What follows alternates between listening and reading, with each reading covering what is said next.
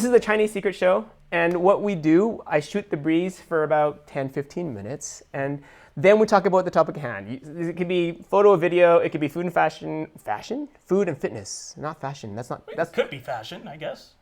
I don't know if I'm the guy to talk about fashion. Me neither. But also family and faith. we need Quinn down here. I know, we do. And today we're going to talk about cameras, and my good friend Rob is here. So special guest, Rob Brown, and he is an amazing Renaissance man. And so when is the first time we met? And this is something I wasn't going to tell you I was going to do because you might not agree with what I was going to.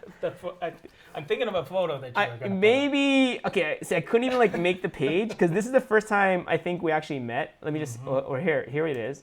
Wait a minute here. Oh yes, yeah, this is pretty much the first time that we met. I thought it was. And so, with the napkin tucked in. The napkin tucked in. Nice yes, touch. This is like Tilly. A Rock Point wedding. Yes, the quick wedding. It wasn't that fast, but it was very quick. Oh no! But yes, this is Rob. That's when I had hair. Look at all of that. Look at all of that. You had more than hair. Yeah. That swagger. That swagger. Anyways, but yeah, I've known you, and we've had common friends like Albert Tam as well. Yeah. And so, it's kind of crazy to think that, well, first of all, you were a pastor, full-time pastor, and now you're a full-time creative. Yeah.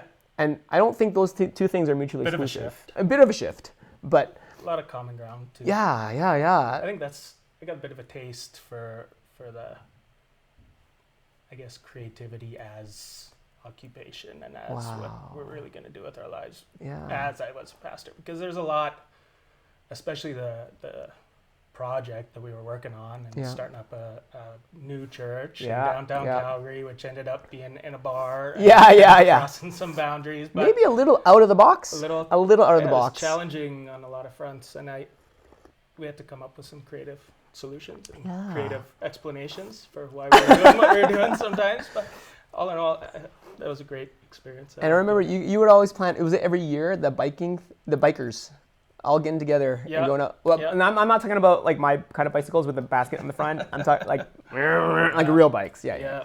And so we did lots of rides. Oh, that's awesome! But that was so cool to see you being you, but dedicating that to God too. So that's very cool. But anyways, we're going to talk about your journey to creative, right? And so that's I guess we are. Yeah. So. I guess we can skip a couple chapters in between. No, we don't need to. Full-time pastor. I actually went up to Fort McMurray for a while. I was doing all kinds of work, mostly construction industry type stuff. I was working with security systems and building automation controls. Yeah. And spent a lot of time up in Fort McMurray for 4 or 5 years through that time. And I got a job with Suncor for a few years working down here in Calgary because I wanted to be a little closer to home. Family man now. Yeah, we were talking about having a baby, and when we found out she was on the way. What? Yeah, we were talking to some friends that they got a beautiful little boy. They were trying for a long time. Oh yeah. And it was a tough go for them, and we were talking to them just as we were thinking about, I think we're ready to be thinking about having kids. And so we thought, we better hunker down. This could be a long haul. We better be prepared, mentally. And so we're on vacation, and we're walking down the beach, and we're talking about, maybe we should get a dog. Wow. So Janine brought it up. Yeah. And I was like, yes. Now that she brought it up, she won't hold it against me when the dog. So I love dogs. I was always bringing home stray dogs when I was a kid. And oh my goodness. Crazy, but so we got the dog, and then we found out we were having a baby. Straight shooter. Straight shooter right there. We got 2 babies. Oh my goodness. Made it happen. Unbelievable. It's a full house. Yeah. More to come. Lots I'm outnumbered. The dog's a girl. Oh, the dog's a girl.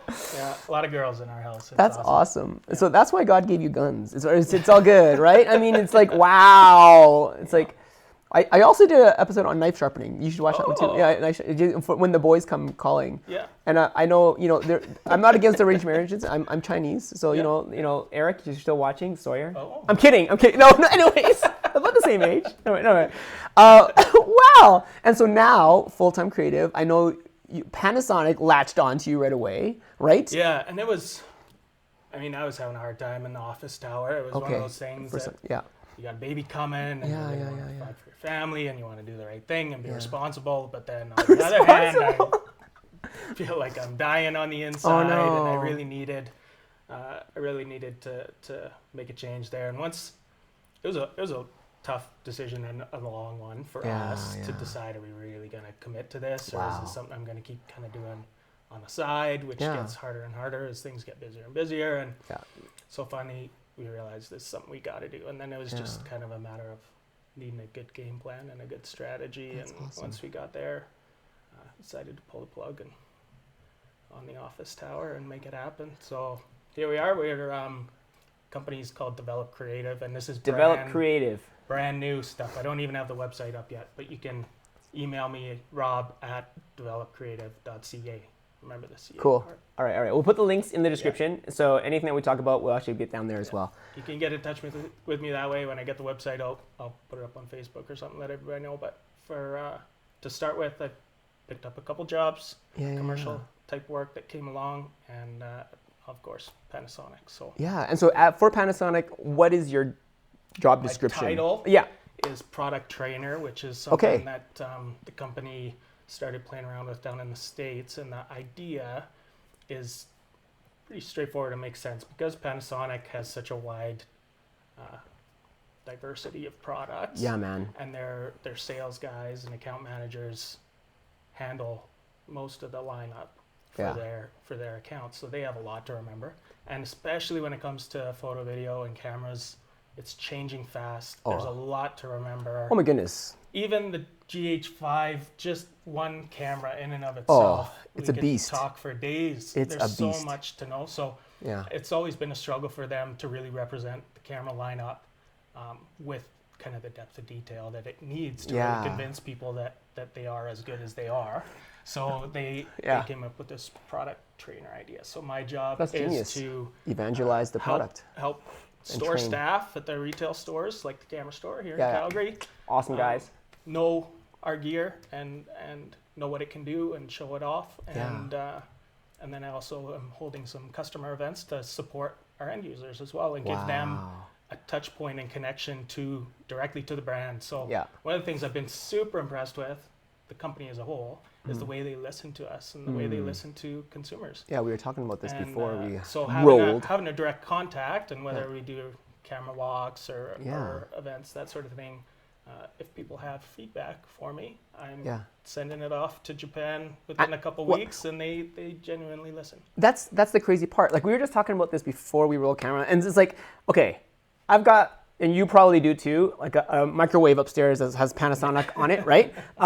They've got the best reviewed like toaster oven, but they also have like the GH5, which is like the beast of the boy. And there's a whole fanboy base of not only YouTubers, but professional people are using this not only as their B-roll, but because it's got in-body stabilization and you can add that to the lens stabilization. I've been consulting for different companies, and this is the one that I'm recommending, right? And so it's really a crazy cinematic grade camera, broadcast grade camera, insanity in a consumer package that's a little bit smaller and easier to manage, and the price, I mean, relative to what you're going to look at for that same kind of quality, the big boys, that's a big gap. Yeah. I mean, and what we were talking about too is that Panasonic doesn't really leverage their pro video cameras and everything else in kind of selling these consumer cameras. We have a big presence and a great reputation at the broadcast level. Company as a whole, I really love their marketing strategy right now. It suits me kind of personality-wise to a T, but they're really emphasizing personal connections and kind of a grassroots movement approach where rather than spending a whole bunch of money on a Super Bowl ad, they really want people like me out there connecting with customers and people like you and just sharing my experience with the cameras and trying to let the cameras speak for themselves in the sense that we were talking about the try before you buy program 3 days that we have going, where those types of programs are a little more cost friendly than a Super Bowl ad, obviously. But I really do think that gear sells itself. It did for me. The minute I picked it up, I was just mesmerized, and I kept going back to the camera store. Okay. Picking this camera up. The GX8 was the first one I ever looked The at. GX8. Okay. Yeah. And this camera, I wasn't even looking for a camera for myself. I was totally happy with my camera gear for the most part. Yeah, because you said you were shooting Nikon back then in Cuba. Sorry, sorry, Panasonic guys. They know, they're happy with it. Actually, Yeah. it's a good story because I've been Nikon friendly my whole life, and I still love the cameras. Obviously, they're great cameras, great lenses. Back to my Nikon FE that my mom gave me when I was a kid. Back in the day. I still shoot that camera. Mm-hmm. It's been taken care of. It's never had to go in for maintenance. It's just rock solid. Okay. And still takes great pictures. And what drew you to the Panasonic? And that was the first camera you owned from Panasonic? This was the first one, and I wasn't even looking for myself. I was helping my mom Let's find show a this new guy. camera. My mom was interested in looking for a new camera. So you're going to blame your mom for switching to Panasonic? This is thanks to her. Oh, wow. She gave me the FE in the first place. Oh, it's her fault. The whole photography thing is her fault. The inspiration, yeah. Thanks, Mom. Thanks, Mom. Well, I do appreciate it. Yeah, no doubt. Yeah, that was one thing that I don't know if she realized how significant that was going to become for me, but it really is a big part of my life. And this thing feels really solid.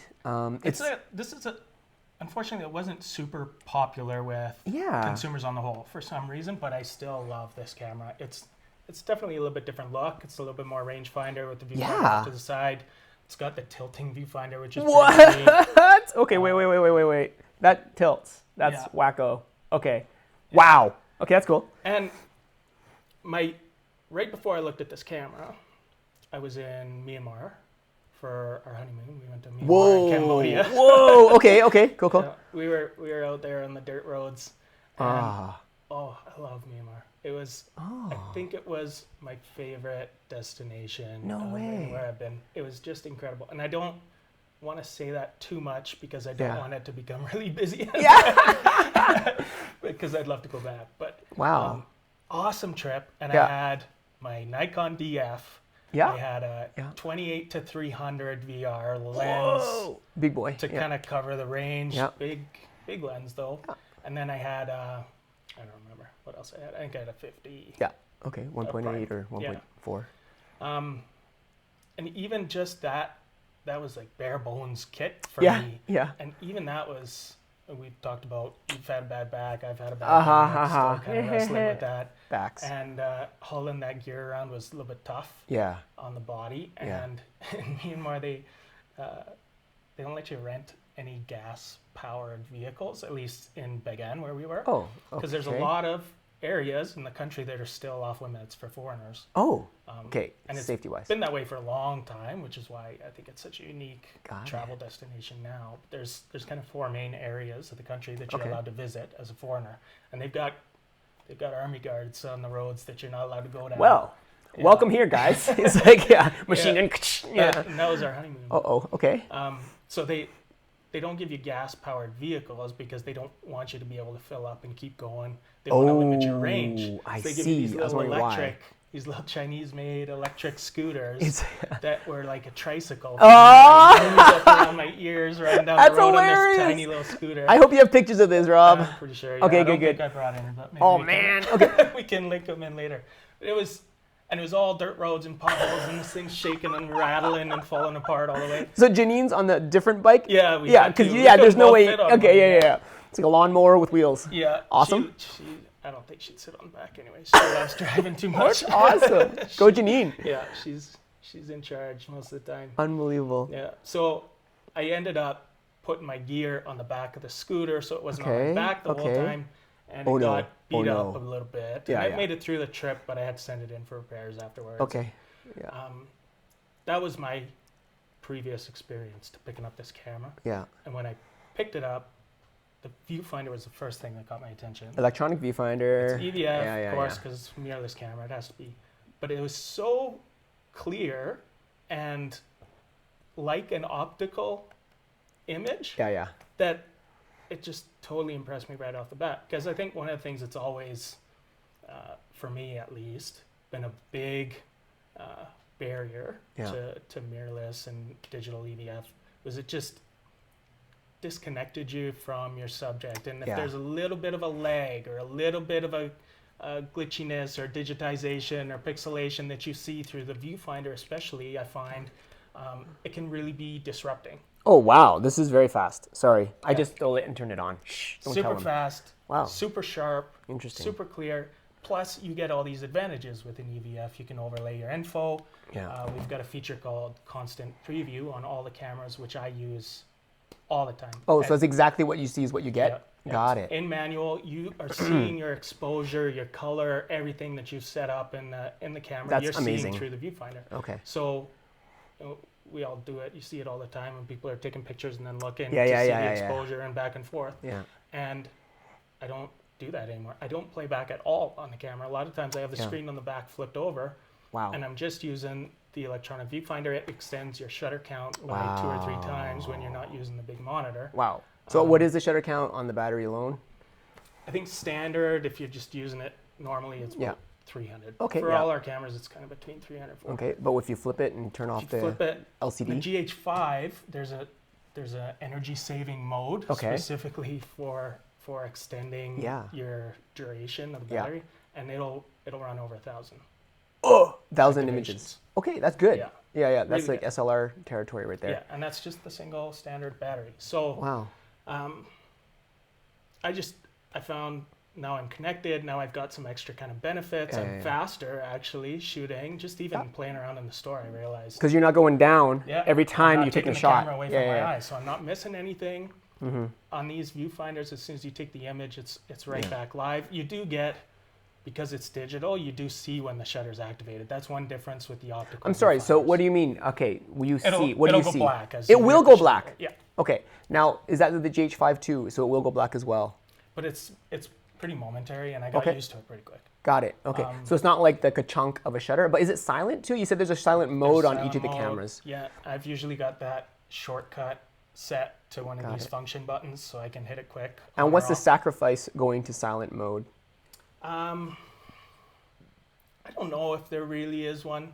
I know on the most technical levels, I could probably dig up more detail on it, but I haven't really looked into it because for me, I'm more of a feel guy. Yeah. Sometimes, especially when it comes to shooting, I'm more interested in the way it feels than the stats, as much as I love the stats. Usually. Yeah. But I use the silent sometimes for street photography type stuff. Sometimes you try and keep a little bit lower profile. If you're in a quiet environment, museum or something, I'll use it.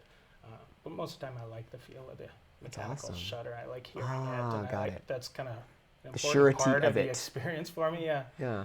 So most of the time, I'm using the mechanical anyways. But well, we talked about this a little bit. Like Panasonic wise, these not only have I been researching them for a long time, but this is like my first Panasonic camera. I still have it. This is the secret. check it out. This thing has been through like a lot of grief. And tape on there. I know, like oh my goodness, this thing. And my friends, we went for a trip to San Diego with them, and they printed pictures that I just shot JPEG in black and white from the beach in San Diego right on their walls, and some of their favorite pictures of their boy. And so like I love this thing, and this is the LX3, and they're on the LX100 right now, right? Yeah, we've got. The 100 came out a little while ago, and the 10 came out. 97 more versions. I'm kidding. No, it doesn't quite work. I know, no, it's not really. We are on the 10, so there's been at least 7. That's unbelievable. And so, like, but this thing, I now give it to my kids, and when we go traveling, he shoots with this because it's still creating images, and it's fast enough to focus. It's faster than the Fujis, even this little guy. But it's like incredible as far as the image quality that you can get out of these guys. Everybody that I hear from who's known Panasonic cameras for a long time. Yeah. They're pretty dedicated to their original cameras a lot of the time. They're still using them in a lot of cases. They don't necessarily want to upgrade sometimes. I forgot to tell you, I have a GF1. I was trying to find it, I couldn't find it. And guess what? My buddy borrowed it and wouldn't give it back to me. And so he still has now it. He's on Facebook. I know, I'm calling you out, Ju. All right? Okay, anyways, so he still has my GF1, and so I still have that one too. And that was, I think, one of the very first ones that got a lot of traction for Panasonic, and they've come so far since then. I mean, like nerds like me who are dedicated DSLR professional shooters, were going into the mirrorless system because they had the micro four thirds, because they had the electronic viewfinder, but they looked nothing like this. I just looked through the GX8, or is that the 8? This one's the 8, right? And it looks totally different. I know, it's hard to keep track. Yeah, it's totally, That's the one thing I don't like about Panasonic. I can't keep track of all their models. It's insanity. It's tough. But anyways, let's get into it and talk about some of the, like, especially for photography. I think being the nerd that I am, sorry, I'm just going to put this on. Same thing I was going to do.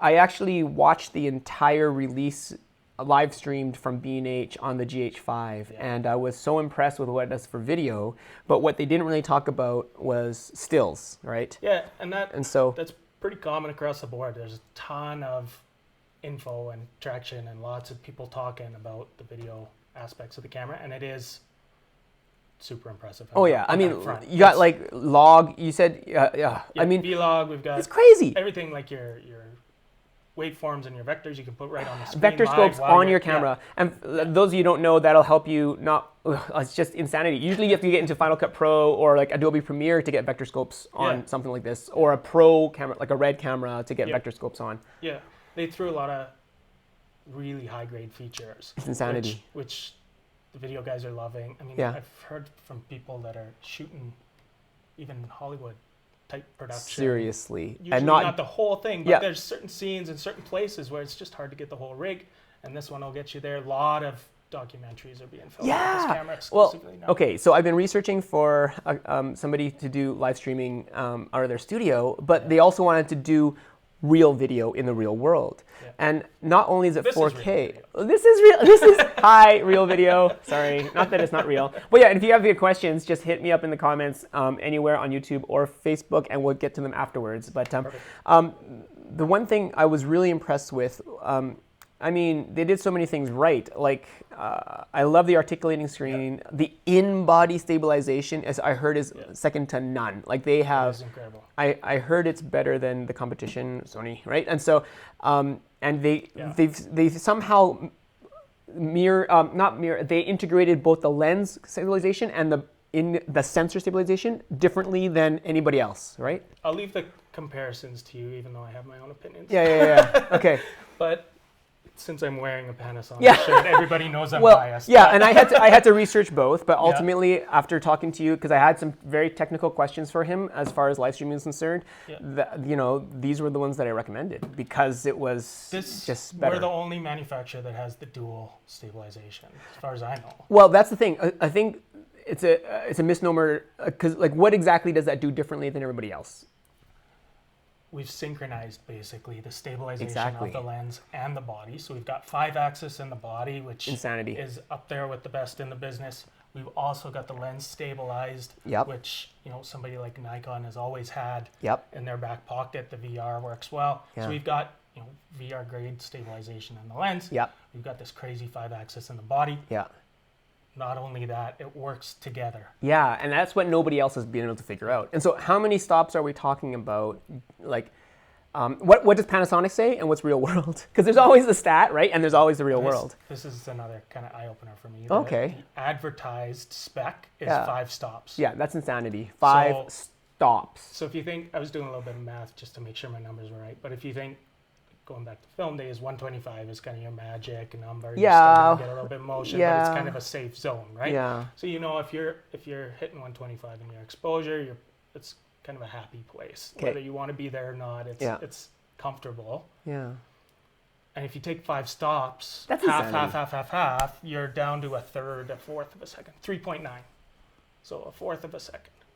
Like, okay, so I must drink too much coffee. It's like there's no way. So the same shot you would take at 1/25th with the system, you can take at a fourth, handheld, and get a sharp image.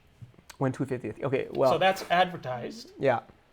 In real life, it's better. Oh, you're not gonna believe no. Okay. They're conservative, and that's another thing I appreciate the brand. They're not bragging. Really? It's real. Better than 5. It's real. Okay. I'll take shots at a half a second. So. And besides people moving in the frame, it's sharp. Absolutely, yeah. Yeah, it's nuts. I didn't even believe it. People were challenging me. We were having discussions. How good is it? And people said, see if you can take a 1 second. What? 1 second? I'm kind of shaky. If you see me drinking my coffee, my hands aren't the steadiest in the world. People are shooting at 1 second? Yeah, if you're good, you can do it. I had to stabilize a little bit. I had I'm skeptical. On the table. Okay, oh yeah, elbow on the table. I could believe that. Okay. So that I need a little bit of help to get down to a second. But there's some people out there doing it.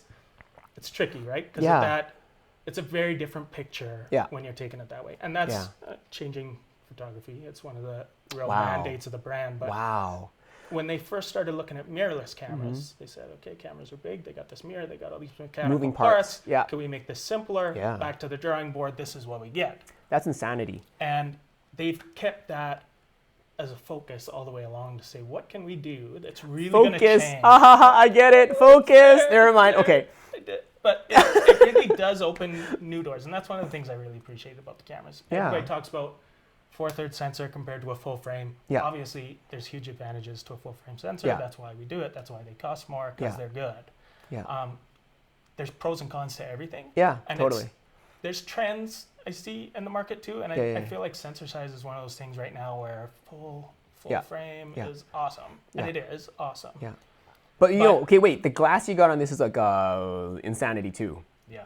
This is my favorite combination right now. Okay. I've been using a lot of what you looking at here? GH5 with the, if I tip this up, it'll probably be upside down. There you go. No, you're good. But it's 42.5, which is 85 millimeter equivalent. But what's the aperture on this baby? Works out to an 85. It's a 1.2 Leica lens, and it's stabilized.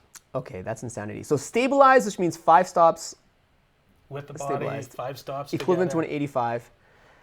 Yeah. Okay. You can, it's like my night vision goggles. You can almost see in the dark with it. That's the other question I had, because one thing that people say is because it's 4/3, that the low light capability isn't going to be quite as good as the bigger sensors. And what have you found that you're willing to shoot at? There's statistical truth to that. I mean, there's mathematical truth to that you're not going to be able to get around. But with taking a different approach, like Panasonic's done, I don't find it to be a real limitation, because I can still take incredible low light shots with the stabilization, and I'm starting to look for different types of shots because of the capabilities of the camera and also the limitations. You work within them, right? So one of my real themes that I've been picking up just even over the last couple of weeks is movement, and so I'm really trying to develop an eye for and to be looking for ways to capture movement in photos, which is not always as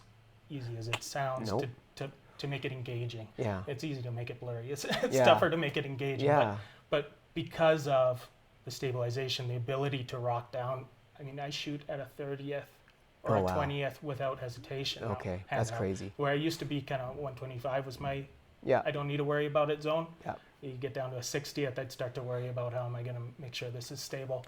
I can do that now at a 30th, 20th without worrying about whether the image is going to be sharp. And question, like, can you pan with this as well? Like, is there a panning mode that to switch to tell the stabilizer, yo, I don't want to just have a blurry, I want to be able to pan with it? Or is it automatic panning mode in there? It's incredibly smart. Okay.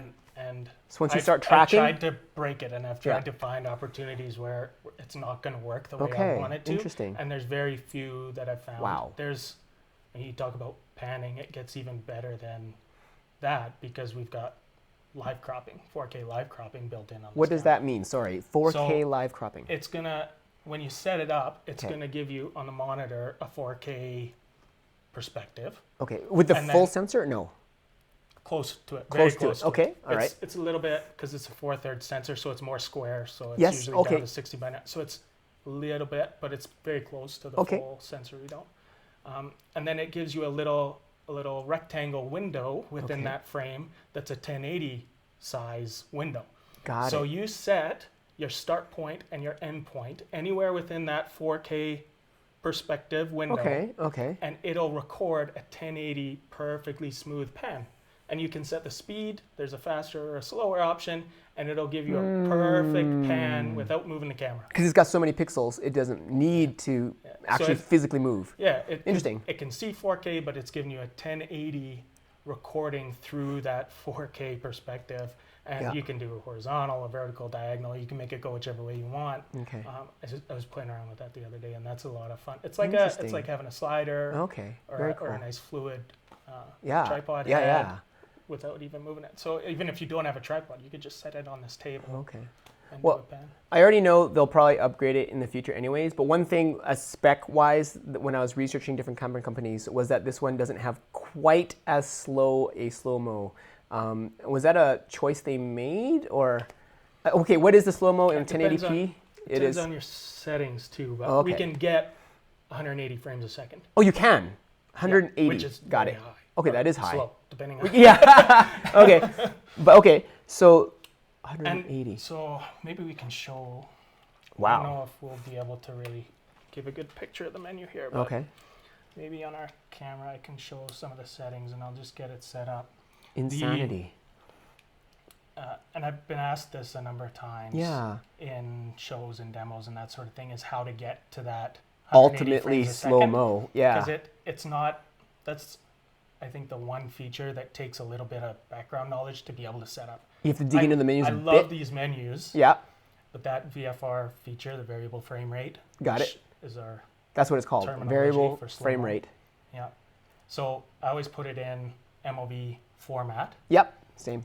Because that's the most versatile settings-wise within the camera. So, I didn't know that. Okay, so specific to this camera, it gives you the most options. So and the GH5 is unlimited record time too, right? That's right. That's amazing. You fill your card. It's the only camera you can do that with. I know. In this. Why? Why does everybody else limit you? It's another pro to the 4/3 sensor. Full frame sensor creates too much heat. That's why it's cut off. It gets too hot. It'll melt. So but that's not. And that's one thing that Panasonic's great at outside the camera world. Our TVs, our giant OLED TVs, all these things, Blu-ray players, whatever it is, have informed this technology to be able to manage that heat. Interesting. So yeah, you can fill your card. Well, we'll see if my Nikons melt down, because these are on like AC power, so they've been running for an hour. There we are. I actually, now that you mention it, I purposely pull out the LCD on the backs of my Nikons to let the heat dissipate more, because I do feel the camera, the handle get warm when I use it for live streaming. That's the biggest challenge with 4K video is heat for the most part. Does this get warm, but it doesn't matter? No, I haven't noticed it warm. I haven't done a lot of super long recordings. Got it. Mostly doing choppy kind of short stuff. I wouldn't want to edit like 2 hours of continuous 4K footage. Painful. That's going to be a little bit painful. I'm going to look at some of the comments and see if there's anybody who wants to chit-chat. I'm going to bring up this menu here too. Hello, all you everybody. Marco from Peru is in the house. Is there a 5-axis stabilization on Panasonic as well as Olympus cameras? We already answered that question. Yes, and better, because when you get a stabilized lens, Panasonic has figured out how to synchronize both of those, right? Yep. And so again, 5 stops, but in the real world, even you're saying you can hold, some people can hold up to a second. I don't know if I could because I drink too much coffee, but it depends on the person. But you can, the point is it's not an exaggeration. You can that's crazy. Shoot at a fourth of a second. That's crazy. Yeah. Adam from Poland, good to have you here, man. Tim Bergman, Rob Brown equals rockstar. Adam says, why not phase detection? I don't even know what that means. Phase detection is the type of focus type, but I don't know. Phase versus contrast. Okay. So what is Panasonic? Formats where contrast, focus. Yeah, but they're super fast. Our approach to focus is pretty unique, I think, too. And this is a whole other. Okay, let's focus for a long time. Let's go pretty quick because I actually don't find it a problem with the Panasonic to focus. Like I did a review on Not So Ancient on the Fujis, and I still haven't bought a 100 F the 4th because the focus is still too slow. Anyways, because I don't know. Let's just put it out there because I have held it and I don't quite like it. It's not sure enough for me, but I don't have that problem with the Panasonic. No, I found especially the GH5 is our most advanced. It's the newest, obviously. It's the first time that I've been happy with an autofocus system and actually used it extensively. For the most part, I love focus peaking. It's the first time I've been happy with manual focus assist since the split ring and my FE. Yeah. That was my favorite. I even put old days. I even put a split split ring focus screen in my On the DF? Yeah. You replaced the mirror. Yeah, it didn't work quite as well. Yeah, no, it's too small, too dim. Yeah. So I didn't end up liking it as much. Gotcha. But that was my approach to kind of get back to that. Never mind. The bad puns are real. I'm blaming Benjamin. It's all your fault. You started. But you know what, Adam? I don't worry about the technology behind it. I only have heard in my research, and I haven't tested it because that the Sony is a little bit better for tracking focus on the video mode only. I've heard that too. But I don't think for stills you'll have a problem with the actual Panasonic and focus we tracking. call it DFD, which is depth from defocus. It's still contrast autofocus. Okay. But basically the breakdown is it's constantly sampling 2 points within the frame. Well, and the difference between the two to be able to make your focus quicker. Did you send it to me? Oh no, I don't think you sent it to me. But when I was researching stuff and the Alex100 just got released, I'm a bit of a nerd, okay? And so I just read random stuff to make sure I'm up on the current stuff because I like that. And the Alex100, somebody did a focus test on it and compared it with a whole bunch of cameras, and it was insane how fast it would rack focus back and forth between near and far. And he was comparing it to Sony's, he was comparing it to Olympus, he was comparing it to Fuji, and there was like no contest. And you don't get the hunt with these either. Why? It bangs right to. Okay. And I think. And we're talking stills right now. Yeah. And I think it's the DFD technology in the background, which is now that we've built it here is going to be integrated. All the camera line, all the new cameras that I've seen have it. It's just very fast, and with that 2-point sampling, it doesn't have to go past to know that it hit focus. So go past and then fix. Go past and then fix. Yeah. It's determined where it needs to be before it even gets there. Interesting. So it just sticks. Okay, very interesting. Yeah. Okay, but yeah, definitely fondle it. I don't know, Adam, in Poland if they have the same program, but in Canada you can rent them 3 days free, and so any of the Panasonic line. Try before you buy, and that is when you can get your hands on and actually feel the focus. Right? So and again, pros and cons with the touch screen and the customizable autofocus. I can set just by pinching, enlarging, shrinking my custom autofocus area. So it's not center weighted. It's not set. It's full sensor, 225 autofocus points, and I can set any of them to be my determined focus area. And they're all across the entire sensor, the 200 some? Full sensor. So that's one of my pet peeves. So I can paint a bar on the top and the bottom. I can do anything You're kidding. I want. So activate any number of those sensors. Yep. Okay. So in the review of the Nikon D750, one of my biggest pet peeves was that all of the focus sensors are literally clumped in the center, 1/8 or 1/4. And so it's ridiculous if you're trying to do creative compositions because who wants everything just centered? And so are they all the same sensitivity as far as the sensor? Accuracy, yeah.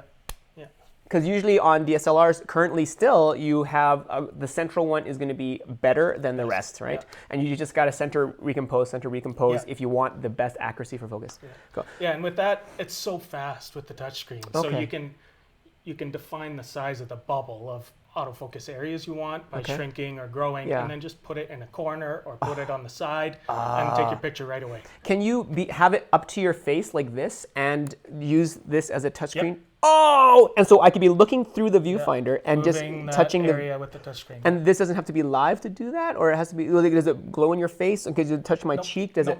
It's got the auto switching capability. So as soon as it's got a little sensor in the got it. Okay, yeah, usual. And it switches over when you get close. Okay, so it will turn off the LCD. The touchscreen is still active, able to receive input. Yeah. While you're looking through the viewfinder. Yeah.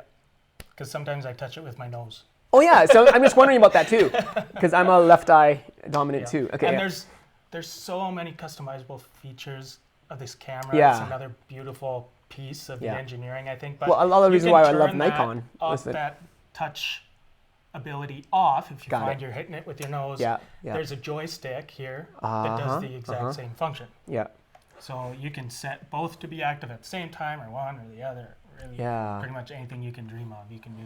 And there's a lot of customizable buttons that I learned about on the, how many? I don't even know. There's more than 5 or 6. Yeah, it's ridiculous. And so I know that was a big thing for the videographers because, of course, even more than still shooters or equivalent, they need to be able to move things as they're shooting. Yeah. And so it's actually more than the 5 or 6 or whatever it is. There's dedicated function buttons that say FN1, FN2.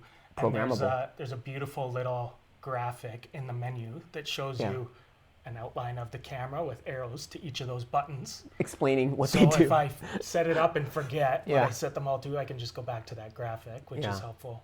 But beyond those kind of assigned function buttons, some of the standards like that LVF you can change, or you can set each of the directions. What's LVF? Sorry, live view? Okay, got it. Okay. Each of the direction arrows on the menu pad you can set to a specific function button, and same on the joystick. The joystick too, okay. Yeah, so down, up, over, in, all 5 areas of that joystick can be function buttons, shortcuts basically. This is insanity. And the one thing like hotkeys on your Mac. Yeah, this is like Motiboto built in, because it's like the one thing that is a little bit daunting is how much this camera can do, because I mean it's extensive. Yeah, it's not only like one of the best 4K video shooters, but also you can pull stills from the video as well. I mean, you're talking what is that, 6 megapixels, right? More than that, way more than that. Okay, now upstairs, I have a canvas that is 6 feet tall. That was taken on a Canon 20D, which was 6 megapixels, right? Yep. And so you could pull a still from a 4K. I can pull an 18 megapixel still from video. How? I know, that's complicated. Okay. It's tricky math. So what we call it, the function, and it's selected right here, is 6K photo. Okay, 6K photo. On our cameras, for some time now, we've had 4K photo. Yeah. Which is how it first came out. And we've got some books that have great little sample images in them, that sort of thing. The idea was it's taking a 4K video, basically, at 30 frames a second. Then you can pull any of those 30 frames per second out as a still. Yep. At the 4K spatial resolution, that works out to an 8 megapixel. Oh, it's 8 megapixel. Got it. Okay. On the 4K, on these older bodies. Okay. On this GH5, or even some of the new compacts, they're 4K photo. But because this guy's our higher res sensor in the lineup right now, it is taking a 6K spatial resolution video. So we're taking a regular 4K video, that's kind of the max. We've got the cinematic 4K resolution as well. Sorry, cinematic is like a narrower bar, is that right? Okay, okay. This sensor, though, can read a little bit more than that 4K, right? Yeah. So we're taking now a 6K spatial resolution video. So it's a full sensor readout of 6K, got it. And then pulling any of those frames as a 6K resolution photo, which is now 18 megapixels. Okay, now question for you then. So that's a lot of numbers. Okay, yeah, I know. It's a bit mind-blowing. Think through it, as I said. Because when you're doing a 6K video, but okay, when you're recording to just a 4K video, you can pull any of those stills out as a 6K still, or is it 6K video? Only when you're in the 6K photo mode can you pull the 18 megapixel frame. So it's a photo mode, but you're recording video literally at 6K then. Yeah. So if I dump that file, like that .mov file, into Final Cut Pro, what would it see? Would it say a 4K? It would see it as a video. Okay. And it should be a 6K video. I haven't tested that part of it out, actually. That's insanity. Because it's all in body with this thing. So when I when I use that photo mode and record that, whatever it is, 2 seconds, 3 seconds, I don't even know if we could show it. It automatically pulls up a film strip along the bottom of the touchscreen. Of a billion photos. And I just scroll back and forth and get the through moment. Each frame, which blows up like the bottom of the Mac bar. And then I just hit the menu button and it saves it as a JPEG. Got it. So it's limited time for 2 minutes or 2 seconds, or how long? You can record 6K? longer. You can? Yeah, you can. Okay. There's 3 modes to capture that 6K mode. video clip. Okay. The burst is the first one, which is as long as you hold down the shutter, it will record. Okay. And then when you're off, it's done. The next one is SS, which is start stop. So just like a normal video keep recording, it down. You press once to start, once to stop. Oh, once to start. Okay, got it. And it'll record however much, same as regular video. What? Yeah. Okay. Then the third is my favorite. It's pre-burst. Oh, wow. And that's a 2 second always. But the interesting thing about it, it's always recording 1 second worth of everything it sees when you're in that mode. So it's holding a second. Yeah. Just waiting for you to hit the shutter button. Unreal. As soon as I hit that shutter button, it records what happened 1 second ago and the next 1 second. So 2 seconds. So I end up with 60 frames. Yeah. Including what happened 1 second in the past. Unbelievable. Is there no blackout now because it's in a video mode? Yep. There's no blackout. Yeah, you see so it as a recording. So when I hit that shutter, it'll it'll think, because now it's capturing the next second, and it'll give me that film strip along the bottom. Very impressive. And so when you miss the shot, yeah, you've already got it. You've still got it. Yeah. So for so sports shooting, that kind of thing, you can just watch and wait till the moment, and it's pretty hard to hit the moment right on, but you don't need to anymore. That is a little insanity. I know a lot of guys that are using this camera, even in the studio on 6K photo mode, because they can go through the eyes to get them perfectly open, exactly where they want, all kinds of interesting things. Oh my goodness. Yeah. That's crazy. Okay, so the paradigm is a little bit shifting here because of the technology, which is interesting. Yeah. So and that's I think Panasonic in a nutshell. That's the Lumix cameras in a nutshell. Interesting. That's the changing photography piece. Whoa! It's actually mind blown. Printed on my shirt. Yeah. Okay. Trying to change the options that are available to you as a photographer, and that's one of those modes that it's giving you an 18 megapixel image now from a video. So we always talk about the high speed, how many frames can you take? Frames a second. Yep. It's kind of a moot point now. Conversation because we can hit the 30 frames. To be honest, and if you do it in 4K mode, you can do 60 frames. Oh! So I was just going to mention, like, to be honest, I don't want to look through all those photos all the time because, I mean, it just becomes too much. Like, anybody who's a parent and you have so much video footage or photos on your iPhone that you haven't ever edited, that's one of the problems, right? So it is smart for them to create that special mode and not just start-stop, because if you could imagine having, like, oh my goodness, like thousands of minutes of 30 frames or 60 frames, it'd be impossible to go through. Very cool. This is getting more exciting. Having it right there makes it pretty quick to just scroll. Okay, that's the one I want. Move on. Yeah, I don't have to go back to it again. Well, why don't we look at some pictures? And I'm not sure which camera you actually took them with. These are, apart from one, these are all GH5. These are all GH5. Yeah. Okay, and this exact camera with some of them with this lens and some of them with. What do we got? This guy over here. Ooh, more like a glass. Okay, this one. This one's Lumix. This one's not Leica. It's the X series, which is kind of the higher end of the Lumix lens series. Okay. Again, another name to remember. But these are the fixed 2.8 aperture lenses. Got it. And so what is the range of this guy? 12 to 35. Yeah. There we go. 35 100. 35 to 100. That looks like a really good range to use too. So again, for those of you who are new to 4/3, just times 2, which is really easy math, right? Yeah. And so this one would be a 7200 equivalent on a full frame camera. 7200 2.8, and that's another one of the advantages we were talking so about. Tiny. This is ridiculous. Look at this. Frame. Yeah. And this is built-in stabilization. Yes, Power OS is on this thing. And okay, weather sealed. I sold all my zoom lenses for Nikon, but pouring rain, and it was fine. Okay. Yeah. Is your GX8 also weather sealed? Yep. Okay, because I know the GX85 is too. Yep. And so that's one of the reasons I was recommending that for my client. Oh, very interesting stuff. Okay. Yeah, well, set up the shot here and see what is this. Okay, so the first shot isn't even mine. The first shot it's not yours. Oh, oh yeah, that's right. Oops, sorry. My beautiful baby. And that is wife. Olivia, and we are so honored that you had a shoot, you guys. In your studio. Fresh. Yeah.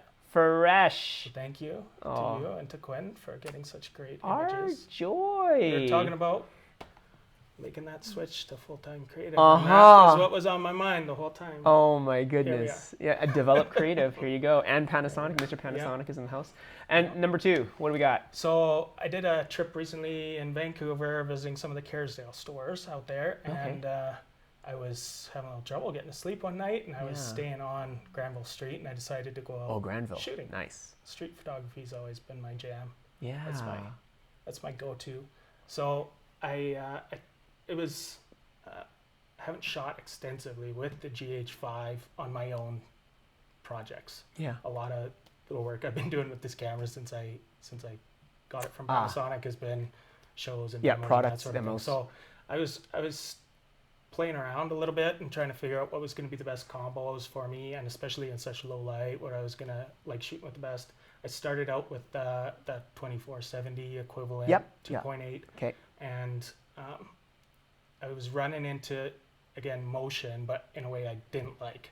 So I was shooting at a pretty low shutter speed to get the light right, but everything was moving real quick. Yeah. And, great lens, but I wasn't really falling in love with it in this scenario. So this was one of the first images, and I just thought I'd throw it in there anyways, because technically I don't love it, but compositionally I like it. And it was a lot of fun talking with that guy and getting a shot. And he'd just come out of the hospital, he said. And he was selling roses to raise a bit of money for charity. And just out there like a trooper. Everybody's got a story. Yeah, everybody, and that's, So I had to snap a picture with them. Cool. And so that kind of got me started on this little photo walk down the street here. Oh, the next gotcha. one is that's when I switched over to the 42.5. So I had a little bit more 42.5, 85 millimeter equivalent, 1.2. 1.2. So we're talking about really fast glass. Yeah. So I had a little bit more flexibility, and you see a little bit of motion in there. What is this, 1/30th ish or 1/15? Yeah, it was 30th or 40th, I think. Gotcha. All right, with the motion blur, the people walking past. So it's still a little bit dark. I think I started to go a little bit slower after that. This one's got the feels, and you're really close. You're down low. Yeah. Are you using the viewfinder on the back? You're not looking through the camera? Yeah. I was looking through the screen on the back. Yeah. There's a really nice kind of way to position this camera. Okay, so I see. You're just out to the side. You can hold the lens, and you can get access to the aperture ring and the focus ring and everything, and you get a nice little pocket view. And it's actually resting right. Let me just show that. You can hold it fairly here. Stable that way. Yeah. Let's move you a little bit forward. Sorry. So I mean, this is resting. The actually LCD is resting on your wrist, which is really nice. It's interesting. Kind of an extra way to just keep it nice and stable and really interesting. Nice cool. So, wow. I switched over that glass, and I really liked that shot. That's a little bit more my style. And this is a Leica lens. Leica lens, and so we started talking about that. Touched on it in the beginning. The Leica lenses. I get asked all the time. The relationship. What's the quality of the Leica lenses? What's the partnership? Because you'll see it on a lot of our cameras, compact cameras. A lot of them have Leica lenses, especially the high-end ones. Yeah. I think the best way to describe it is that the lens is engineered, designed, and spec'd by Leica. And the easiest way to think about it is it's the lens that Leica would make, but it's built by us, built by Panasonic, mass-produced. Okay, it is built by you. Yeah. They design everything to spec. Yeah. They tell us what to build, and it's built in the Panasonic, mass-produced in our factories so that we can build it cheaper, because a lot of the Leica Glass 4 Leica cameras are pretty much hand-built, and so there's a lot of cost involved in that. But we can obviously build it a little bit cheaper when we're building them en masse. So this same lens, you could buy this equivalent for a Leica camera, but it'd probably be $10,000. It's still not cheap here, but it's definitely more attainable. And that was another one of the factors that really drew me to Lumix cameras. Was I've always loved the character of Leica glass. How can you not? Yeah. But I'm not a $10,000 lens. No. Kind of guy. Well, the other thing, why I always recommend this for my client, Panasonic over Sony, I mean, they're both kind of in the playing field, was because of the lenses. Because Sony hasn't really committed to creating more APS-C size lenses that would fill out the line. There's a real challenge right now. Yeah. Because what do you commit to, right? We've got the SLR mirrorless thing happening, which there's some fluctuation. Yeah. And like on Canon, and they're beautiful. Yeah, the Sony's A9. Full frame, totally. So there's all these new changes happening format-wise, and all of those different formats need different types of lenses. Yeah. So it's hard for Sony to bump up to a full-frame sensor and come out with a full line of lenses right away. Same as Fuji's. When they started, you can't have 20 lenses out the gate. It's got to start somewhere manageable and grow. So there's a little bit of prediction of what system you want to get into you want to commit to. And what's cool is, I mean, what's crazy, my GF1 is, I don't even know how old, like 6 years old, maybe, and I still have the lenses. I've got the 20 millimeter pancake, and I've got like the big honkin' zoom thing, and they're still going to be compatible with these cameras. And that's insanity to me, because that's a pretty quote unquote old system digitally talking about. There's great competition between Panasonic and Olympus right now, and whichever body speaks to you, the lenses can still go to one or the other. So if I decide, Olympus comes out with an unbelievable camera, I could still use my lenses, or the other way around. If they come out with a great lens, I can pop it on my camera. I'm sorry, one thing to note, I'm not sure about the answer, but for the dual IS, where the lens IS and the in-body works together, that's only going to be for Panasonic and Leica glass, right? And the newer lenses, correct? Yeah, some of our Lumix lenses are stabilized as well. It's not just the Leica ones, but You're right. It has to be a Panasonic lens and a Panasonic body for it to be able to work together and do the dual. How about my old Mega OIS? Yep. It'll work still, and it'll still actually work together. I get that question on the GH5 because this is the Dual IS2, and we're bringing out some new lenses to be compatible. Dual IS2. All that is, it's an extra advantage. It's a little bit more sophisticated, but it doesn't mean that the old ones won't work. They'll just work like the body will shoot as if it was Dual IS1. So it'll be like this GX8, which is the first version of the Dual IS. Okay. That's the same kind of performance that you'll get out of the body. So even though the body is capable of more, that Mega lens will just bring it to the previous generation, but it still works. Very cool. Very cool. Okay. Now what else do we got here? I think we're on number 5. Sure. GH5? Let's look. What's we got? Yeah, I think that works. That's a 80. That's also the same lens, 42.5. Same lens. So the rest of these are all with this lens. Cool. And that's a guy at the hot dog stand that didn't mind me taking this photo, but I just love the lighting there. How low are you going for ISO? Is that like 1600? We might have to pull metadata on that one. I think it was 16, 8 or 16. I don't like going higher than that, just because that's me. Yeah, and you're shooting JPEG, right? Yeah, like that's always JPEG. I know it's a big argument a lot of the time, but I love shooting JPEG. I think it's a little bit of a film thing too. I love. We were talking about. Even though it's a pain in the butt, I love taking photos and then not knowing what you get until you, especially if you're experimenting and I wonder what's going to happen. What's wrong with you? Okay, you find out down the road, oh, that didn't work at all. Yeah. Wow. Okay. He doesn't do this for his commercial work, guys. He doesn't do that. Yeah. Anyway, but for personal work, yes. Yeah, I like experimenting that way and pushing myself a little bit and not necessarily knowing on the dot whether it worked out or not. I like that about film. It's kind of the magic, right, of the dark room. I'm relying on my camera and my ability to set it up to get the shot I want. And I'm a guy that likes holding the camera more than the mouse. I don't love post-production. I enjoy the final product when I put a lot of work into it, but I'd rather be shooting more than editing more. I think that's everybody who's a photographer. The other thing that we talked about before we rolled camera was that you have an in-camera even curves adjustment you can set your, in the GH5. Your is that only the GH5? Your GH5? and your highlights. I think it's in the GX8 as well. No, wait, because I'll link to these as well later on in the notes, but the two cameras that I had recommended, well, the GX85, is that the new version of the GX8? Is it 85? Yeah, 85 came after. That was really exciting to me. Good morning, Toby in a robe. I saw you in the mirror. It was really exciting to me because it's weather sealed. It's got the same built-in IS in the body, and it's like got this form factor that I think is really reminiscent of those rangefinders if you're a street shooter. Oh my goodness, yeah, the GX8 even had it. And so you've got the built-in camera S-curves and everything else you want to customize. This is insanity. And so I can get great JPEGs out of it. Yeah, and so not only and just then I don't get discouraged presets. Those settings go away when I load them into Lightroom. That's insanity. Okay, this is very encouraging and a little bit creepy because I still shoot RAW, and that's again the GH5 is so customizable. But with the dual card slots, you can set them up to do whatever you want them to do. So right now I have JPEGs going to slot 1 and everything else going to slot 2. Got it. So I can shoot double. I can shoot JPEG and RAW. And still have both. All my video's gonna dump, like if we're doing that 6K photo mode, the video file that's recorded is saved on card 2, but any JPEGs I pull out is still on 1. So then it's a little interesting. Easier to manage afterwards. Yeah, it's a little quicker when you're downloading everything. I just want to look at stills, or I'm ready to download my videos and take up all my hard drive space. I use different programs for photos and videos, so then it's just a little bit easier to keep track. But that's another nice kind of advantage. Crazy. And then if I love all my JPEGs, then I don't even worry about the RAWs. Yeah. If you got enough detail in there, shadow and highlights. I know Facebook is blowing up right now. You have to use RAW.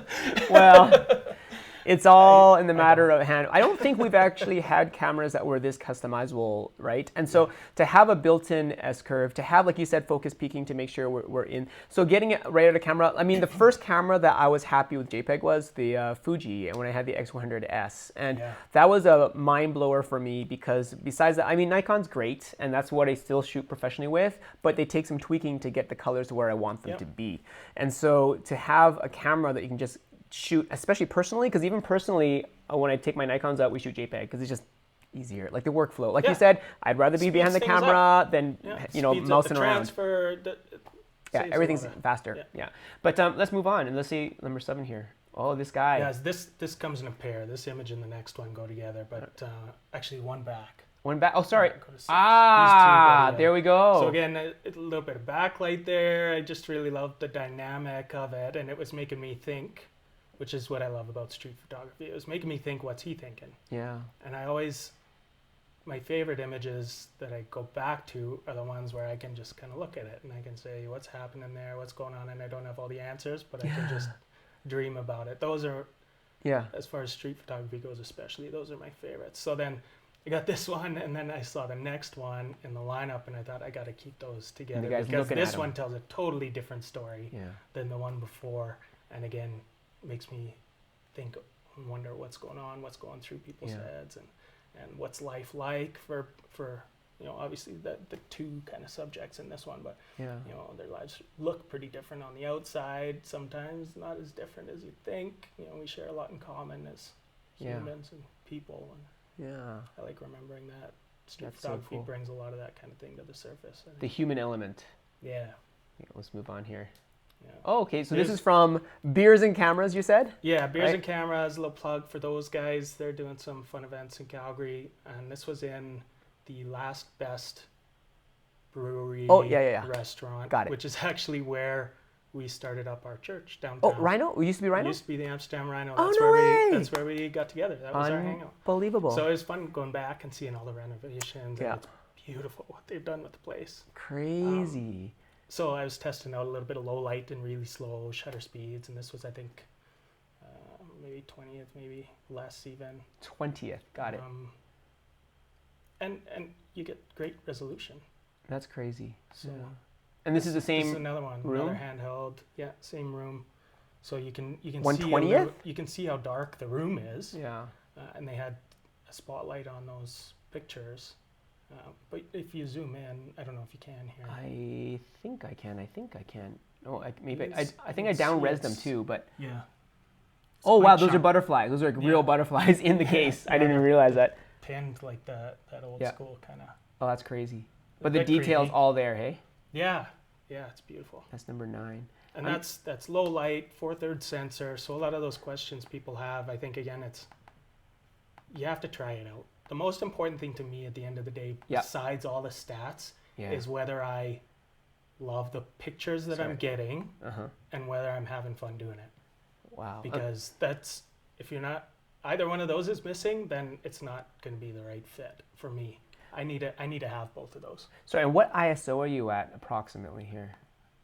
This one, we'd have to look. I don't remember off the top of my head. Because, that's a lot of detail you're seeing here. I would say this is a full res or lower, probably. Okay, because it doesn't look grainy at all. No. It's impressive.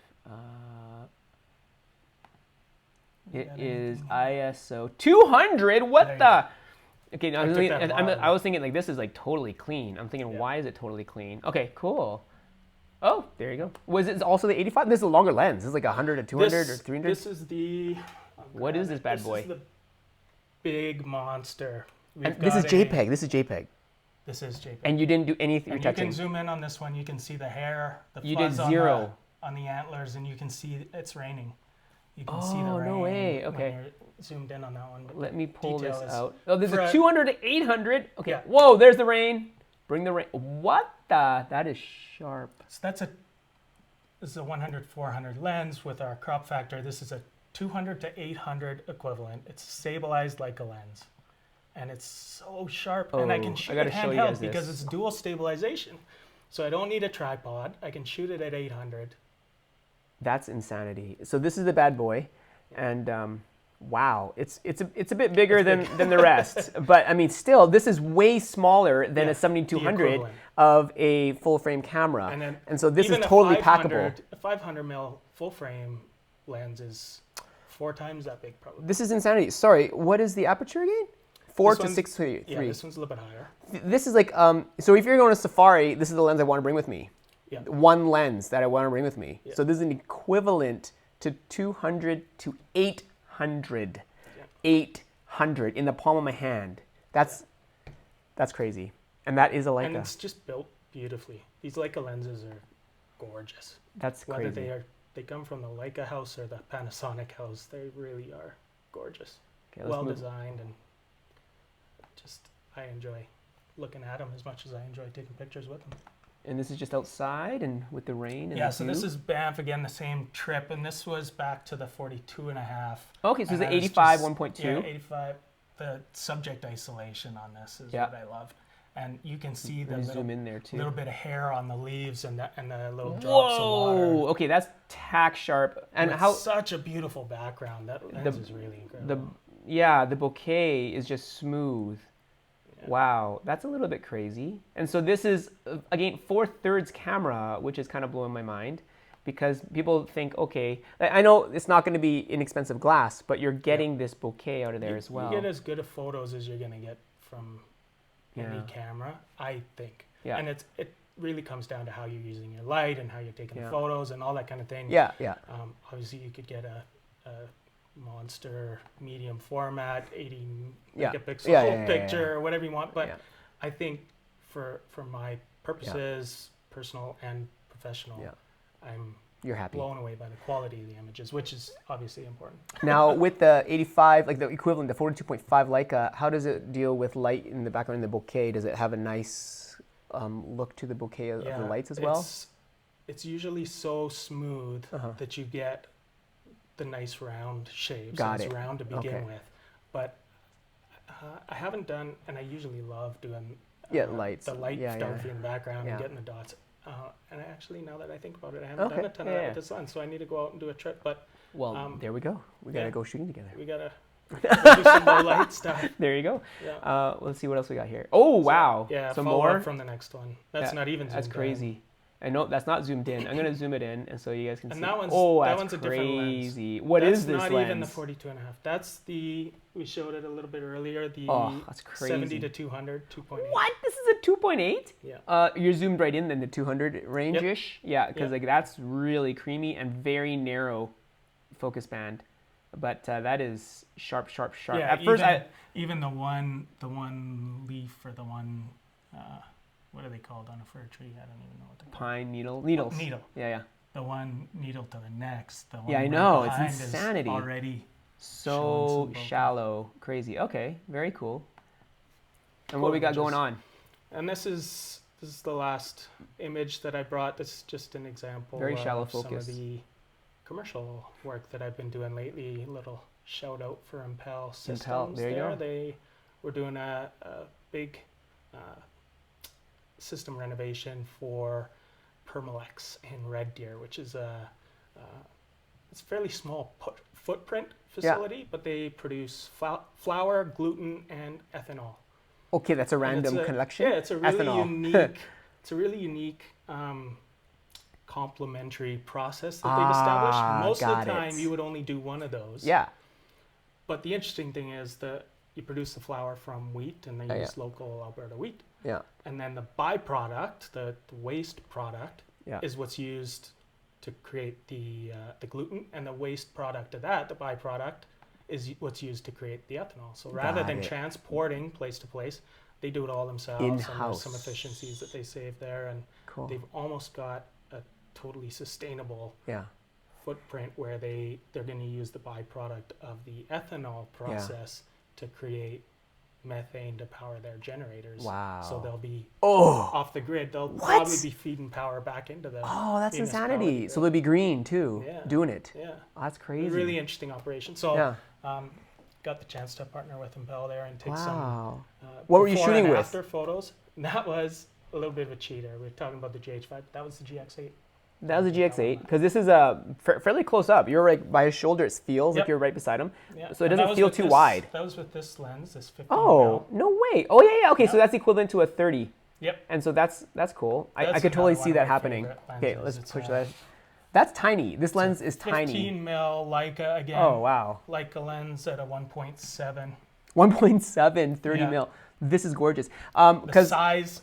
For travel and street photography, that's as good a setup as it gets. Because I mean, my favorite is 35 at 85. Right now, I'm just using 1.8s, and so this would be really close. Yeah, and this combination is pretty similar to the Fujis that you guys loved so much. The 100s. Yeah. It's similar kind of focal range. At 1.7? Similar kind of size. It is a 1.7. Wow. Okay, very cool. Now, the camera itself is chunkier because I think it's just going to be stronger, right?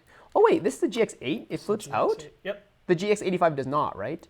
I think it accordions now, right? Yeah, okay, because I remember that was one of the things they've changed. Okay, very cool. This one's got a decent grip on it. It's a little bigger. Yeah, no, I like the 85 is feel. Smaller. It'd be more. Is it? Oh, okay, I haven't felt it yet. Yeah, it doesn't have as beefy a grip. Oh, I love the manual aperture ring too. Ugh. Yeah, that's another thing that only works with Panasonic body is the aperture ring. Oh, okay, Even though the lens is totally compatible autofocus-wise and everything else with the Olympus bodies, it's actually still electronic. So this aperture ring I didn't know that. is Okay. basically the same functionality as the wheel on the grip, front. Yeah. But it just gives you. It feels better. That feel. Yeah. I love having that aperture. Wow, very cool. Well, that's amazing. All kinds of new stuff on the go outside of Panasonic. We've got. I spend time with Panasonic as their product rep, traveling around Calgary, Edmonton, Vancouver. He knows his stuff. If you're in Edmonton or Vancouver and you're interested in trying out Panasonic gear and having a look and asking questions, or Calgary, let me know.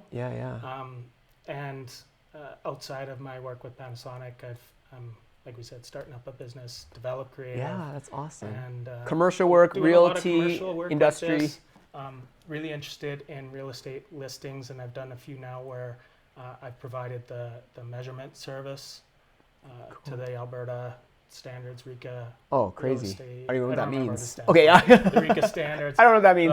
I'll do the measurements for the listing and the photos, and have some other businesses that we're working together to provide the signage and be able to do the whole thing. Yeah. All in one shot, one point of contact. So, that's awesome. Pushing some of those, but also doing some family photos and people, that kind of stuff. People. I like bringing the street photography is my background. And like, your passion. Yeah, the stuff that I really enjoy.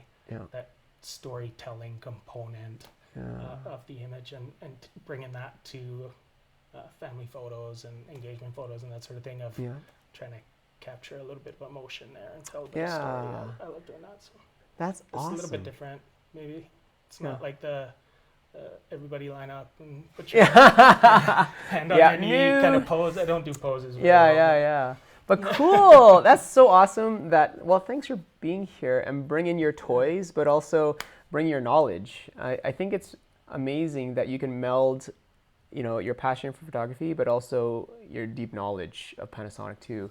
And and that's something I really respect you for. I think it's a nerd. Yeah, it can be tricky to keep it all straight in your head. Yeah. Remember what the difference between a GX8 and a GX85? Well, poor you, because you've got to deal with these crazy named, like, what is this again? FZ 2500. And look at this beast of a chunky camera here, and it looks kind of like something that I don't know, a transformer would use, because this lens is ginormous, but it's built. It's fixed lens. Well, it's built into the camera. Yeah. But it's just. This is our. So we've got kind of the compact, point and shoot fixed lens, and we've got some of the bigger fixed lens like this. Crazy. This is an interesting camera. It's got built-in ND filters. It's got really nice for your travel camera, this would be the one camera you bring with you. Although it's a sensor is smaller, right? It's a 1-inch chip, 1-inch sensor. Yeah, versus 4/3. With a nice Leica lens. So again, some trade-offs. Yeah. But it's got, form factor-wise, it's really similar to the GH5. It's even got the same dials. Is it weather sealed-ish? Yep. Okay, so next time you go to Myanmar, this is your camera. It'll be a lot simpler. One camera, because it's fixed. Is it 2.8 the whole range? Ish. We have one that is fixed. Oh, yeah, that's right. This one. There's one of the FZs. Okay. And this one's 2.8 to 4.5. To 4.5. Got it. That's pretty decent. And what's the range on this sucker? Zoom-wise, I think it's 20 times. What's it tell us here? 20 times. It's a big boy. It doesn't say on there. Oh, okay. Yeah, I don't remember off the top of my head. It's the everything lens. We use different, again, that's one of my stats that I always forget. I know, but FZ is weird. The millimeter stuff, but when we get into the fixed lens, we're usually talking 20 times, 30 times, 10 times. That's right. I can never keep it straight. Okay, cool. Well, this has been fun for me. I just showed up yesterday from. That's crazy. Yeah, I haven't got got into this one quite yet. And full Figured 4K. I'd bring it along anything. Yeah. This is like crazy stuff, and I might have to bug you to start using some Panasonic stuff because it's not just a passion thing, but I think they are right now hitting it on so many levels. And I did do a video talking about the Sony A9, but I think the maturity of this system has a lot going for it. And because they're doing so many things so well, it's incredible. Like I watched that A9 video, and it is a remarkable camera. I was at a grand opening for a Kerrisdale store in North Vancouver